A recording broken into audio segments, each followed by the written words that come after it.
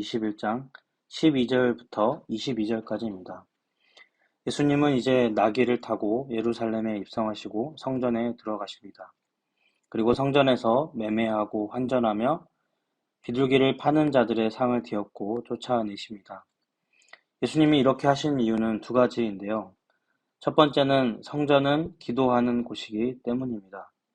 그리고 두 번째는 성전이 강도의 소굴이 되었다는 것입니다. 성전은 구약시대부터 이스라엘이 하나님께 제사드리고 경배하는 장소였습니다. 제사를 드리려면 희생제물이 필요하죠.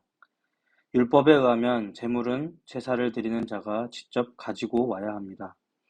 그리고 제사 전에 제물이 적합한지 절차를 거쳤다고 합니다. 그런데 도중에 문제가 생기면 제사를 드릴 수가 없었겠죠. 제물을 빼앗겼다든지 제물을 가지고 왔는데 율법에 맞지 않는 제물이라면 절차에서 탈락하게 되었다고 합니다. 그래서 예수님 당시에 성전 앞에는 상인들이 제물을 팔아 제사 드리는 자들의 편의를 봐주었다고 합니다. 또 이스라엘의 성인 남자는 매년 1월 1일 성전에 세금을 내야 했는데 이걸 성전세라고 불렀고 보통 2드라크마를 냈다고 합니다. 그런데 문제는 이스라엘 사회와 성전에서 통용되는 화폐가 달랐고 그래서 성전세를 내려면 환전을 해야 했다고 합니다. 성전에서 환전을 해주는 상인들이 있어서 이스라엘 백성들은 성전세를 낼 수 있었습니다. 지금까지 설명을 보면 성전의 상인들이 그렇게 나쁜 행동을 했다 보기 어렵습니다. 그런데 예수님은 왜 이들을 향해 강도의 소굴이라고 하셨을까요? 제사는 하나님께 예배드리고 경배하는 것입니다. 그래서 제사를 드리려면 제물을 직접 선별하고 성전까지 가져오는 수고를 해야 했습니다. 그리고 제사를 드리기 위해 여러 과정의 수고 또한 감당해야 했습니다. 이건 제사 드리는 자의 당연한 모습이겠죠. 이 모든 과정을 통해 마음과 정성이 담긴 제사를 하나님은 기쁘게 받으셨습니다. 그런데 예수님 당시 성전은 그 목적을 상실하고 편의를 포장한 욕심으로 가득 차 있었습니다. 그래서 예수님이 성전의 강도의 소굴이라고 말씀하신 것입니다.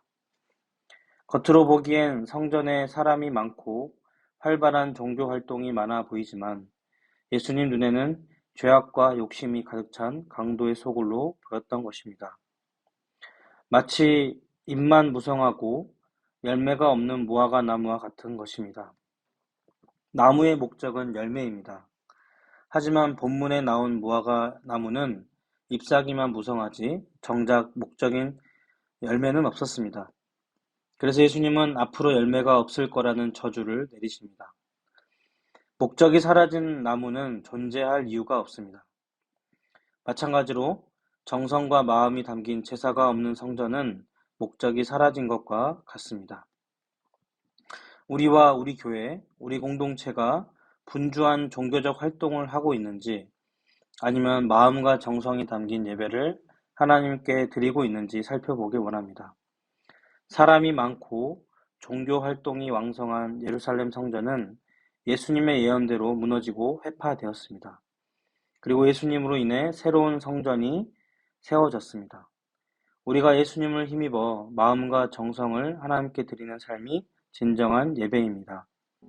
오늘 말씀을 진지하고 마음속 깊이 묵상하면서 하나님께 마음과 정성을 온전히 드리는 예배를 드리는 신앙생활을 하고 있는지 깊이 있게 성찰하는 하나님의 자녀들 되기를 간절히 바랍니다.